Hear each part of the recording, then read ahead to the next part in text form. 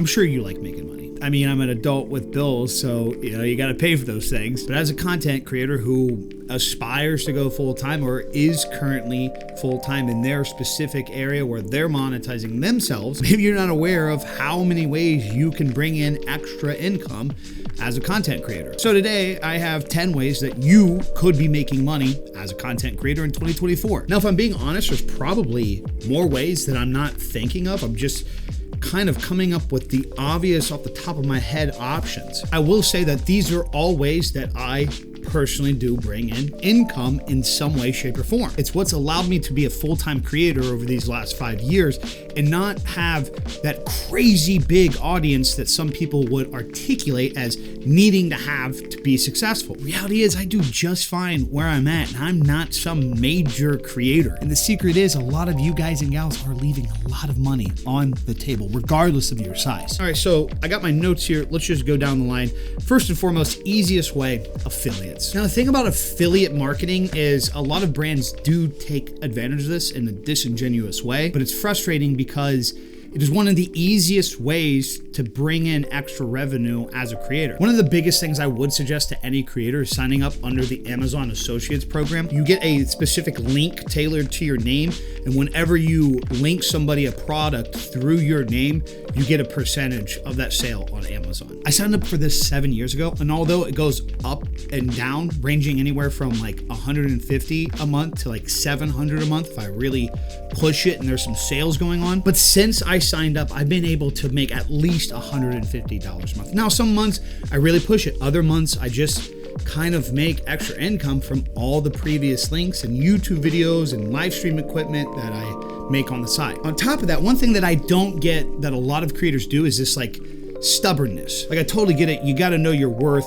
You should never look at being a sponsor with a brand just because you're affiliated with them, because you got an affiliate code, because you use their product anyways. But a great example is I bought the Secret Lab chair out of my own pocket, and I had so many people asking me about the Secret Lab chair that I simply asked for an affiliate link. There's no agreement to push their product. I just had already bought the chair and had it for like 8 to 9 months, and everybody kept asking about it. So I requested to be able to get a percentage from that from the company. And 1 year I made $23,000 just from link clicks. They weren't the only brand that I could work with. So other brands during that duration sent me other chairs. So I was able to do reviews on multiple products. But think of how much money I would have just let on the table if I would have been stubborn to this idea of like, oh, well, hey, if you don't want to sponsor me, I'm not going to push your product, even though I already own the product anyways, and it's getting shown in streams every single day. Again, it's a healthy balance. You have to have the understanding that this is not a one-on-one partnership. You're just simply using a product and you're requesting from the brand as you use the product, is there any way that I can get a code to just make a little bit of commission off some links? Now, a good thing in 2024 is some websites blatantly have this integrated. For example, TikTok Shop and YouTube Shop. I've literally heard of people making tens of thousands of dollars a month off this shit. I don't know too much about TikTok. I haven't done that, but on YouTube, it's pretty simplistic. You make a YouTube video. If you're talking about a product, you could search up that product, and then you can add that to the video. And if people buy that product through the video, you get a commission percentage from the sales. So it's kind of like an affiliate marketing built into the website in itself. And again, one thing to point out with everything that we go through today, from the previous affiliates mentioned, or even this shop system being made on websites, it may not be groundbreaking money every month. But if these little extra things that don't take too much time out of your day can pay for your cell phone bill or your internet bill, then that's a W as a creator. The whole objective should be diversifying your income so that way you don't become reliant on one thing. And I mean, who doesn't like profiting more money from easy ways that they can be profiting money from anyways? Next up, I have fan funding. Now, you can use subscription-based sites like Patreon and OnlyFans, for example, figuring out ways to create specific content to people that would be willing to pay for it. On top of that, now I think every single website has a subscription-based service. Like, I even have subs on my Twitter and Instagram, for example, where people pay an extra $5 a month on those sites to support me and get exclusive content. I think a lot of people really sleep on fan funding because they think that they're not big enough to have people do it yet. But again, it's kind of like the affiliate thing. Even if you have 5 people willing to subscribe to you on all your social medias every single month, that could be anywhere from $15 to $25 a month guaranteed in your pocket. And fan funding ties to the next way to monetize yourself and even falls a little under it, which is live streaming. A lot of people articulate live streaming as like the brand in itself, the essence of what you do, like a Tim the Tatman or Dr. Disrespect. But I know a handful of creators that just simply utilize live stream as an extra tool to be able to monetize and talk with their community. I mean, my live streaming monetization abilities are one of the largest on the list. You have subs on every single site. You get ads on half the sites. You have things like bits and super chats. I think Kick is coming out with Kicks, which is going to be the same thing. You're going to have donation stars. I think you get like little emote bit type donations on TikTok. On top of that, now Kick blatantly offers this Kick creator incentive program. Once you reach a certain threshold, you're just blatantly able to make an hourly pay based on how well your stream performs. Now, I know a lot of people are going to respond to that and many of the things that I talk about today and say, yeah, but that's not easy. Listen, the reason why I'm making a video as to 10 ways to monetize yourself is, sure, it's not always going to be easy to get from destination A to destination B. If this was easy, everybody would be able to successfully do it. It's not about it being easy. It's about having the options to ultimately get there. By doing the things I've already mentioned and things I'm about to mention to bring in more revenue, it gives you the freedom to work harder towards the goal that unlocks more revenue. And I think the live streaming tool and aspect to growing your brand and monetizing it should really be looked into in both directions, meaning the people that don't use live streaming at all because they think that they need to stream 7 days a week to be a streamer. Like, you could just do one stream a week and monetize yourself an extra $10, $20, $100 a week because of it. And then on the flip side, the people that think they have to be live every hour of every day to be able to monetize themselves, they could dial back streaming to more structured hours and monetize themselves in other ways to help their streams. And honestly, that just takes so much burden and pressure off of streaming, where you can just focus up on being yourself, which is a more enjoyable experience for you and the viewers. Next up, we have site monetization. I'm pretty sure every single site has ads on it now. Like, being able to straight up be monetized from the site without fan funding. You can get ad revenue from long form content on YouTube and Facebook, for example, repurposing the same video. Nowadays, with the new TikTok creator program, ads on Reels on Facebook, ads on YouTube Shorts. You can literally upload the same piece of vertical content to 4 different, now with also Twitter being monetized with impressions, you could upload the same piece of content to 5 different places and get monetization from it. And again, it may not be the greatest, but it adds up at the end of the month. A big thing that a lot of people sleep on is the long form stuff.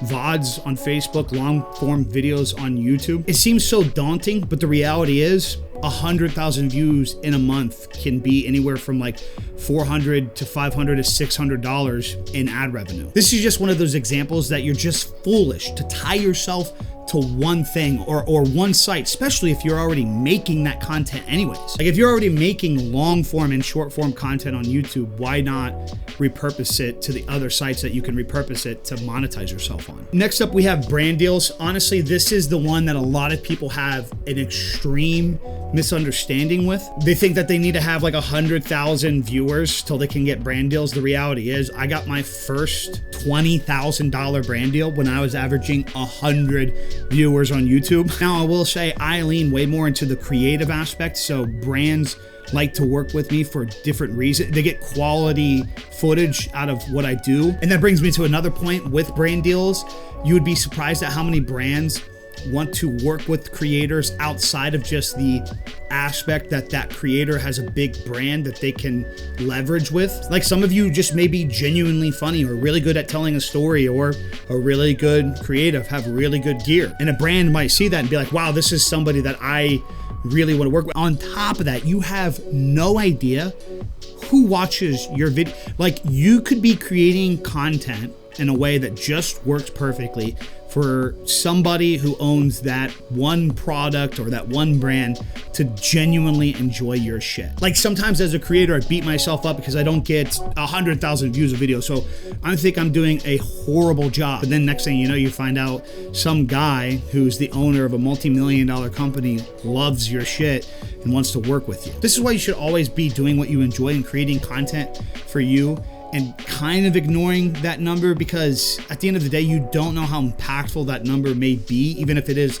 smaller compared to somebody else. Like over time, if you want to grow, you have to learn from your shit. You have to read your analytics and get better. Especially when you're starting off, I wouldn't beat yourself up just because you're not pulling in what everybody else is pulling in. You don't know who's watching your shit. Moving on, we have digital assets. Now I know this is a little bit more creator influence, but it doesn't really have to be. So first, for creators, digital assets can mean graphic packs, sound packs, LUT packs. Like for example, if you like the color of these videos, I sell LUT packs on biggie.co to use the same LUTs that I use for these very videos. But there's more ways that you can sell digital goods. For example, my buddy Jayhawk, he sells badass wallpaper packs. I'm actually using them on my computers as well. I also know fitness creators and gamers who do online coaching, or people that have experience in something selling their ebooks. The great thing about digital assets is once you create that thing that you could sell, you don't have to keep an inventory. You don't have to recreate the product or watch it on your site. You literally just post it, let people know about it,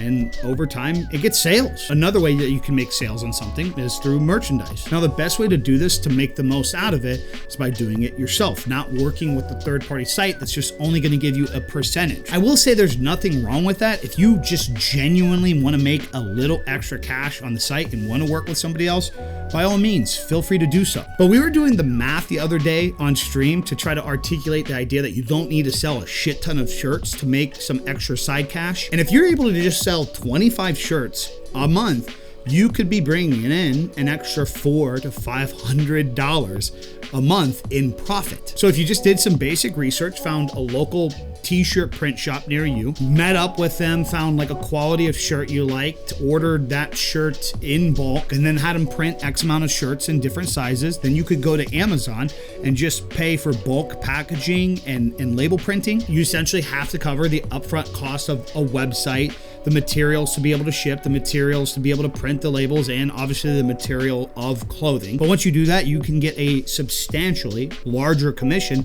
than working through somebody else. And it's just as simple as you receive a product sale. Majority of the sites that have e-commerce will have an automatic, do you want to print this label? You print that label on the designed peel and stick sheet, throw the t-shirt inside, slap the label on the bag, and bring it to the post office. I think we did the math that the average shirt could cost like $10 to $15 to produce, like good material and good print, and then you turn around and sell it to like $30, $35. Now, if you want to just get simple shit out to your viewers and save them money, you can just produce cheaper shirts and sell them for cheaper. There's more that would go into all this, but the point being is you at your size have that control. You yourself literally could just have some extra inventory of shirts at your house, ship it out yourself, and gain an extra few $100s a month if you have the audience. Next up, a way that you can monetize yourself as a creator is by hustling your craft. It blows my mind how many creators will get better at videography, photography, video editing,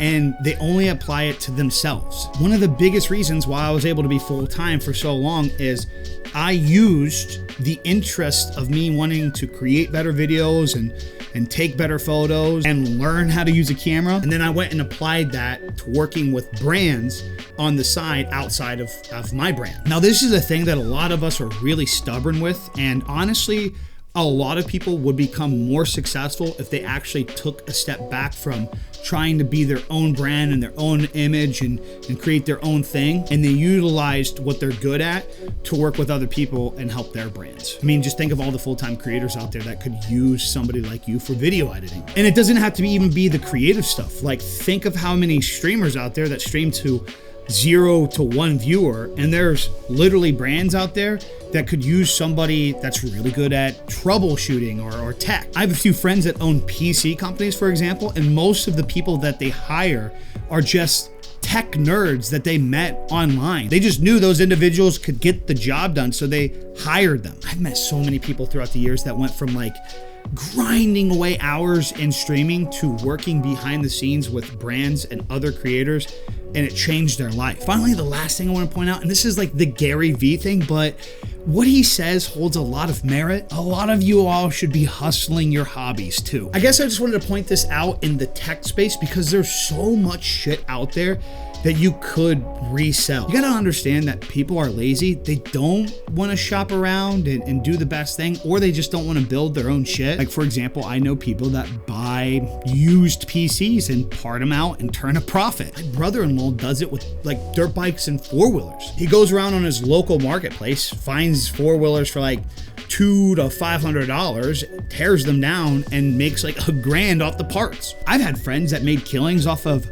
working with people's shit, like offering services on the side for people that had like broken computers or cell phones. I seen a video the other day of a guy who bought a Lambo because he went and bought Amazon lotion at bulk and then resold it somewhere else and made a killing from it. Now, obviously this last point is the less glorified one. Like, that's not the way that most people try to make income. Like, I don't really do that type of shit. But the point being is, if this is something that you genuinely want to do and you want to eliminate the stress of monetization from specific things, like for example, needing to bring all your income in from being a streamer and monetizing streaming specifically. You gotta want all this shit, and doing more of what I listed today will just help take all that pressure from worrying about the one thing. And the reality is, most people that you look up to nowadays, they didn't just monetize themselves off of one thing. They've always monetized themselves